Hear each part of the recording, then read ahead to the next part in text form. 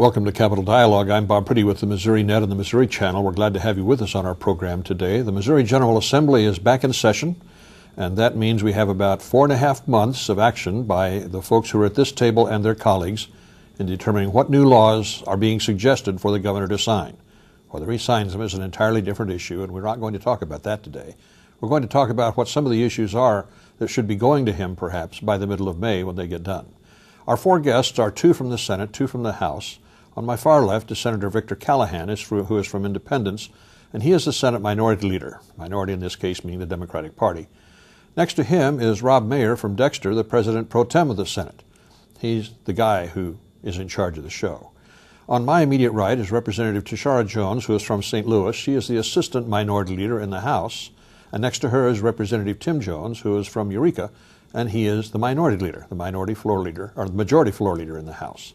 So we're glad to have all four of you with us today, and we look forward to the next 4 months of seeing what you wrought, as it were, or will have wrought.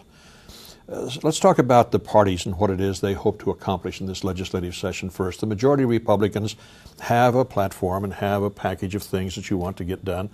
Senator Mayer, let's start with you. What is it the Senate Republicans would like to see done by the middle of May?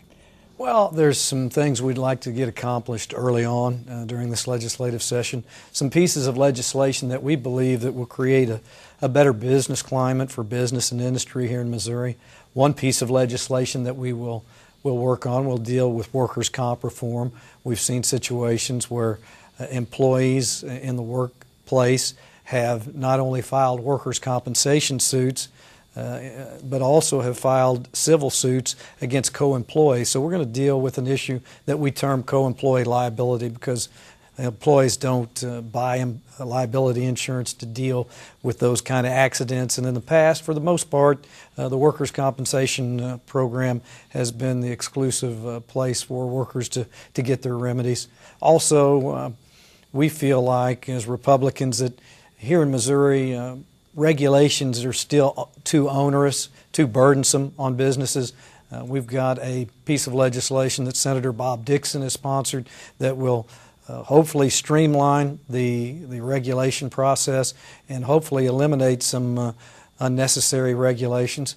And also a piece of legislation that we dealt with last year in both the Senate and the House that we passed that dealt with employment at will statute and whistleblower statutes. And so those things may not be termed headline grabbing or real snazzy types of pieces of legislation, but as we talk to businesses all across the state of Missouri, they express a desire to bring some certainty and more clarity in the law in those areas. And so those are some things that we'll start off with. And of course, from the very start, one of the more important things that we deal with is the budget, and certainly it'll be a challenging year this year. And just last week we heard the governor's state of the state and what some of his ideas are pertaining to the budget and how he proposes balancing it. So plenty of work to do in this upcoming session. Now, when you say employment at will, is that what some people also call right to work?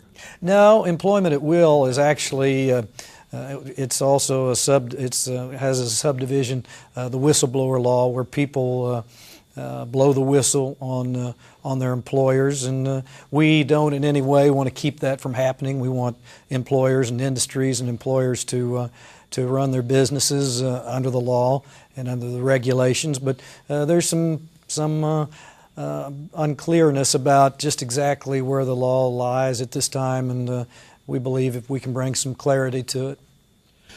Representative Jones, on the Republican side, I imagine some of these sound a little bit familiar to you, but the Republican side of the House probably has some of its own issues, don't they? Well, yes, Bob, they do. The Speaker and I laid out an agenda to our caucus in December called the Blueprint for Missouri, and many of the items in the blueprint do fall in line with what Senator Mayer has discussed.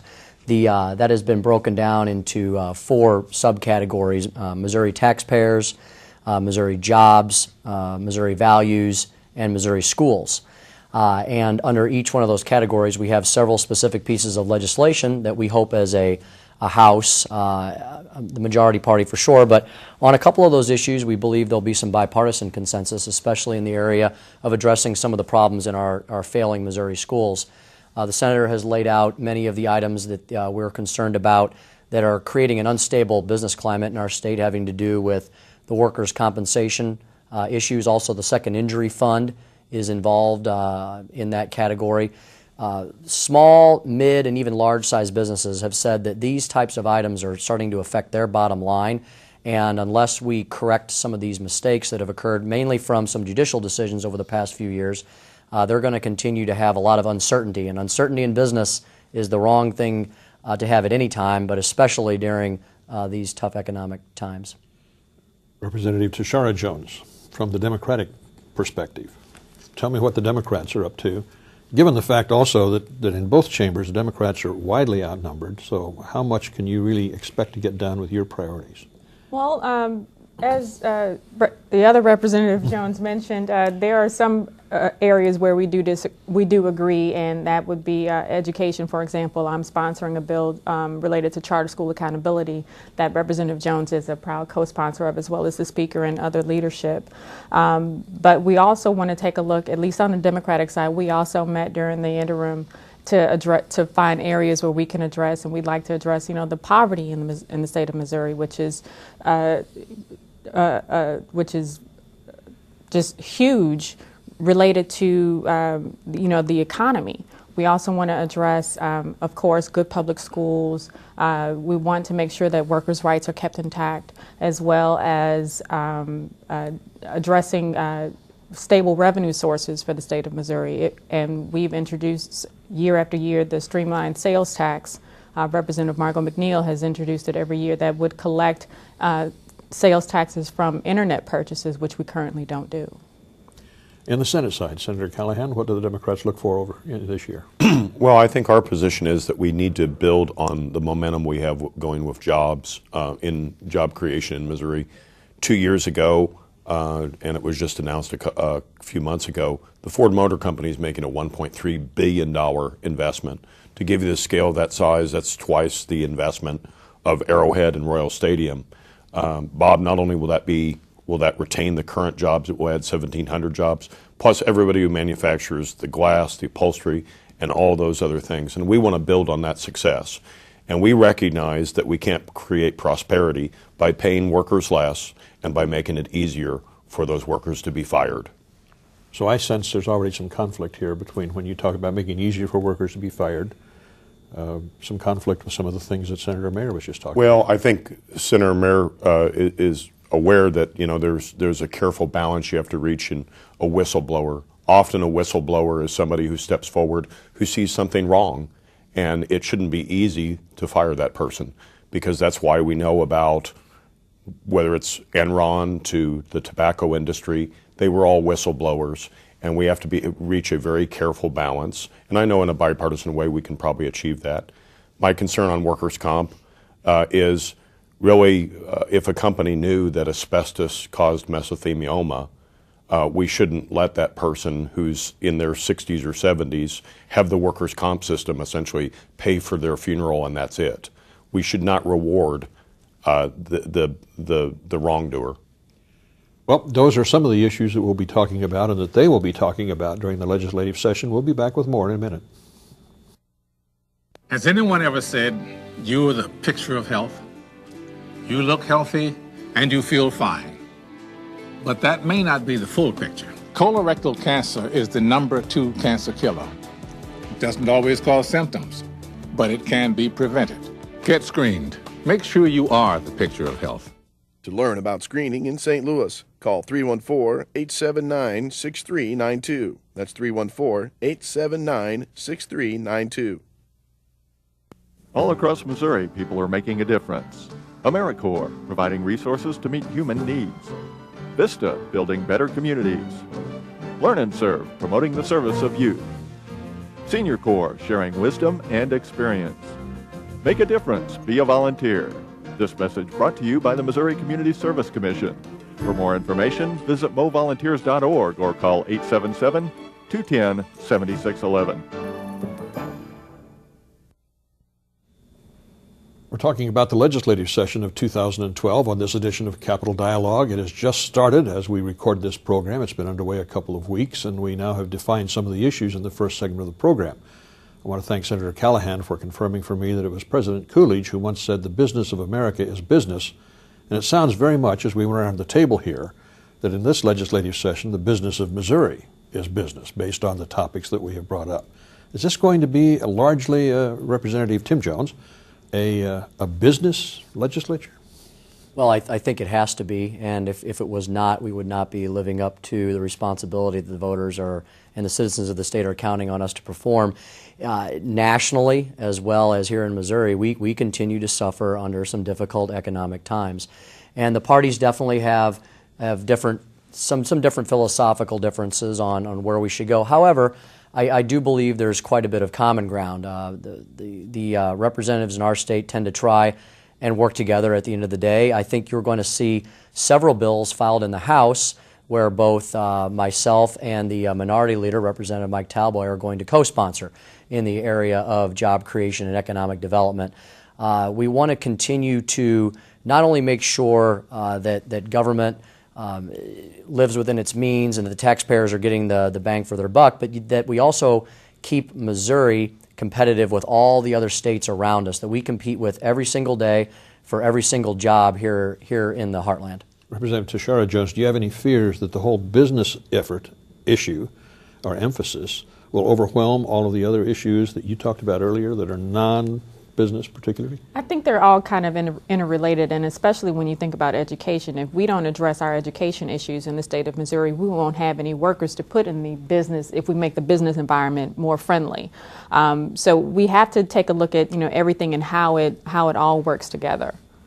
That's something you agree with? Education, business, are they hand in glove? Well, I think they definitely are, Bob, because an economic tool is and how you make progress in economic development. One area that business and industry and employers always talk about is that you have to have good, skilled, educated employees. And so they do run hand in hand. And when we talk about a business industry climate and trying to make it more favorable, this is all about looking to create more jobs, to make our businesses and industries more profitable and stronger, and with that, in turn, more jobs are created. So it all works hand in hand. Senator Callahan, can we do this without giving away the farm? Well, somebody once said economic development begins in kindergarten, and I believe that.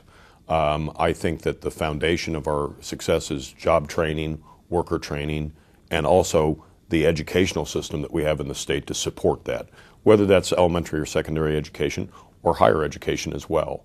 And it all blends together. We have some very tough decisions that we're going to work in a bipartisan way. I've worked very well with Senator Mayer in the past in a bipartisan way on educational issues. He was a former budget chair. He dealt with many difficult budgets, and I certainly will work with him in a bipartisan way on education. There's differing opinions of how to approach education.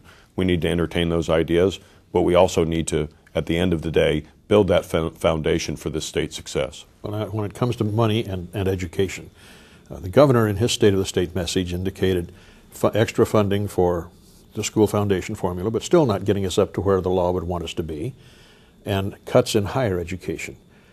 How much of a problem is it going to be, and we'll start over here with you guys in the Senate, to take care of education funding in a time when we're $500 million short in money? Well, obviously it's going to be a big challenge because we are seeing a very weak recovery coming out of a recession. We're looking at revenues coming in at about 1% above what they were last year. So it is going to be a great challenge to fund education. As the governor proposed on K through 12, giving a $5 million increase to the formula. But that cut of 12.5% to higher education has been met with quite a bit of criticism in my body. And so we'll have to take a look at the budget line per line, just like I did a couple years ago, to see how much less of a reduction that we can give to higher education. Because as all of my colleagues have mentioned here today, education is so important for economic development. It's imperative that we have workers who are well skilled and trained, and as Senator Callahan mentioned, he and I have worked together over the last several years because we both understand the importance of education and a well-trained and skilled workforce. So I believe that we can reduce that amount of reduction that the governor has proposed to higher ed. Have you taken a temperature of your fellow Democrats in the House about this 12.5% reduction in higher education the governor's recommended, and how much are the Democrats behind the Democratic governor's proposal here? I'm really not sure, but if I was speaking for myself, I would say that even if you make a 12.5% cut to higher ed, those schools are just going to increase their tuition rates.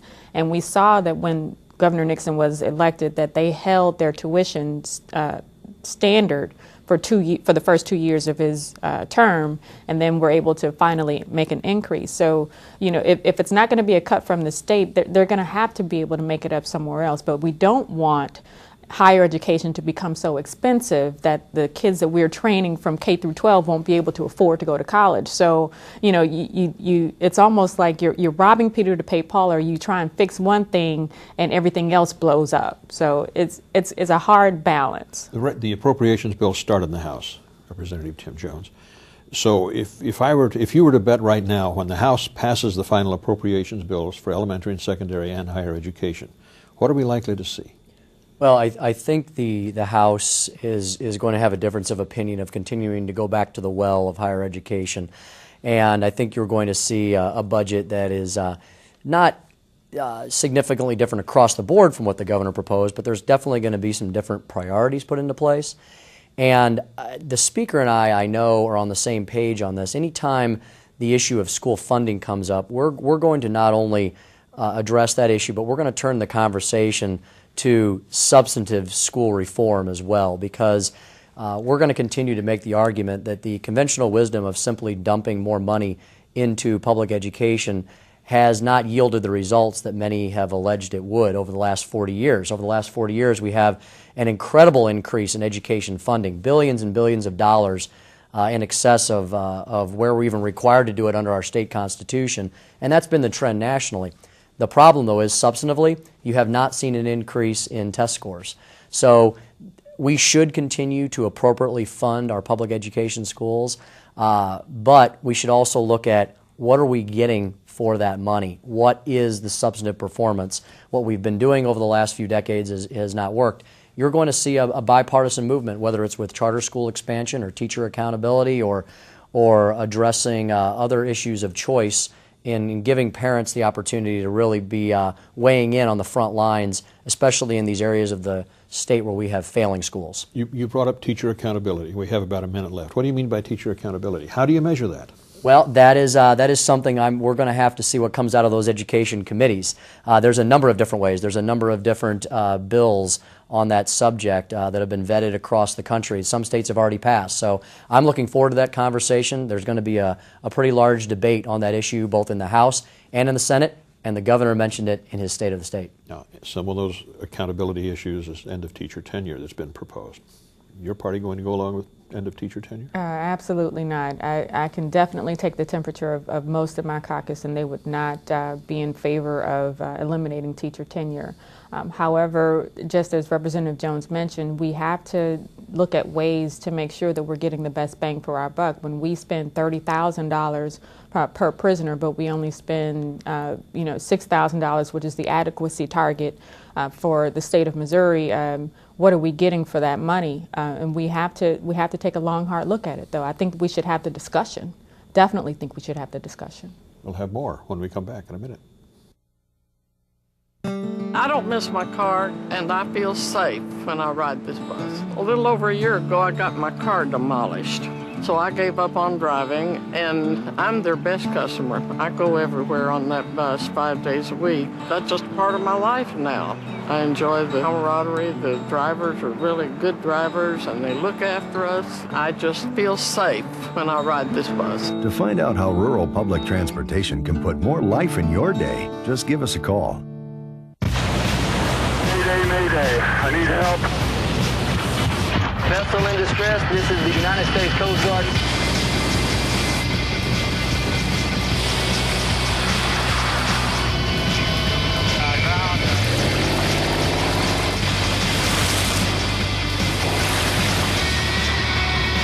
There are many thankless jobs out there. This isn't one of them.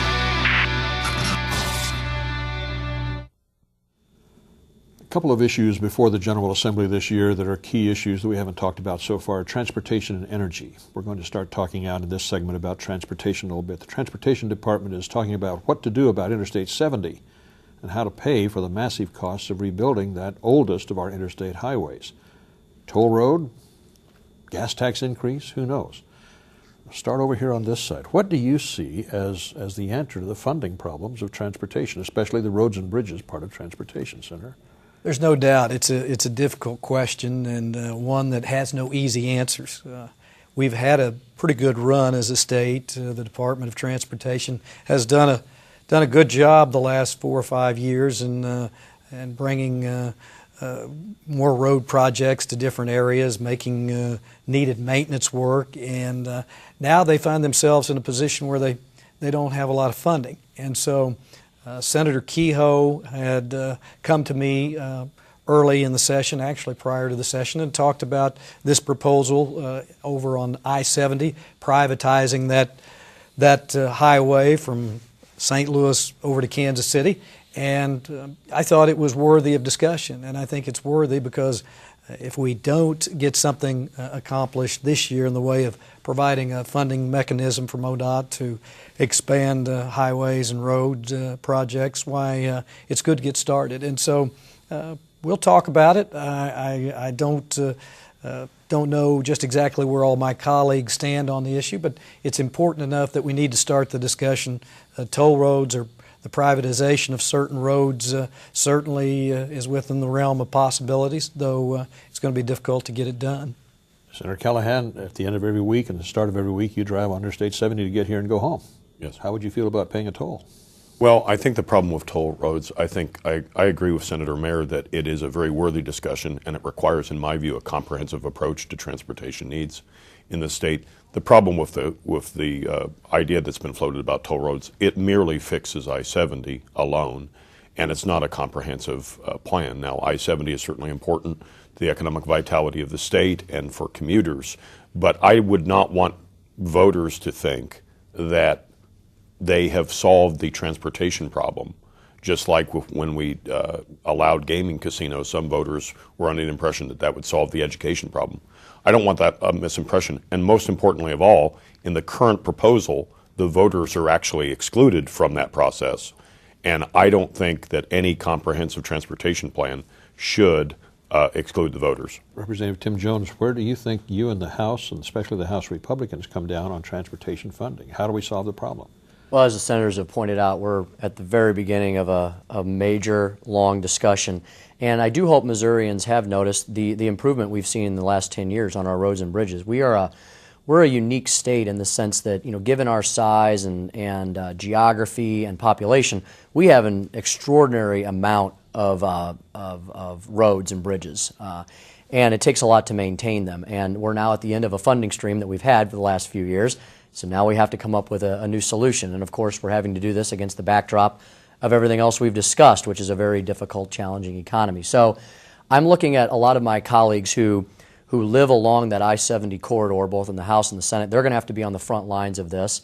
As Senator Callahan mentioned, tolling I-70 and saying, okay, well, we're finished, does not solve our statewide problem of funding all our roads and bridges. So that may be something that's discussed as an option. It's not going to be the only option. And I do believe that the voters are going to have to greatly weigh in on this and be informed and part of the process. Representative Tishaura Jones, you run on Interstate 70 back and forth, don't you? Yes, I just did this morning. Well, all right. How do you feel about a toll? I think that, well, it's all been said by all of my colleagues here that we have to take a comprehensive look at our transportation funding as a whole. However, I-70 is one of those things. It's the main thoroughfare through the state of Missouri, and I'm one of the few that believe that we need to pay for the resources that we use. And if that's a toll, then we need to have that discussion. If that's some other sort of funding, then we need to put all of the options on the table. I keep thinking of an old folk song that the Limelighters used to sing back in the 60s. Everybody wants to go to heaven, but nobody wants to die. Everybody wants great roads, but it doesn't seem like anybody wants to pay for them. How do we get beyond that, Senator?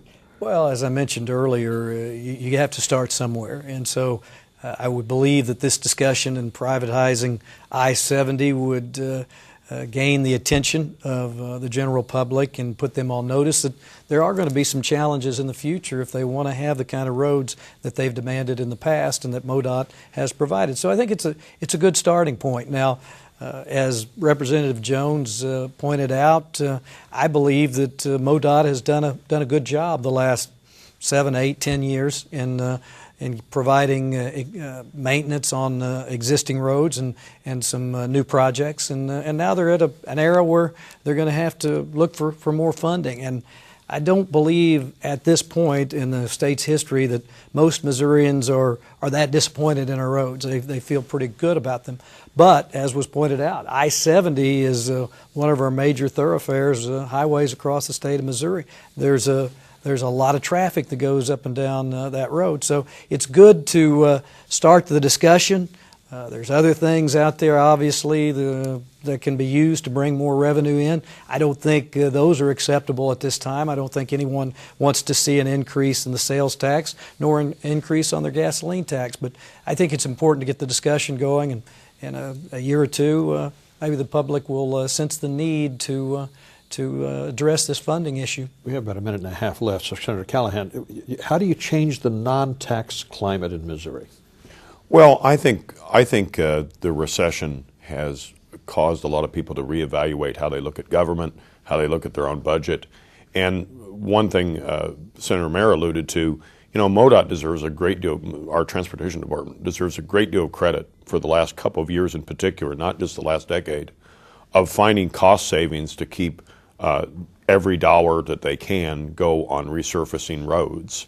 And they did cutbacks and those sorts of things. I trust people, Bob, that when they see that government is, tightening its belt and trying to put every dollar it can into that I think they will see that effort. And every day, school districts and cities are rewarded by their taxpayers if they show that they're transparent and accountable. Well, those are some of the issues we have on this legislative session, and there will be a whole lot more that we haven't even touched on, and perhaps we'll talk about those on later programs of Capitol Dialogue. The legislature goes until the middle of May. You'll want to watch what happens and stay in touch with the people who are your representatives and senators. Thanks for being with us on this edition of Capitol Dialogue. We'll see you in a month.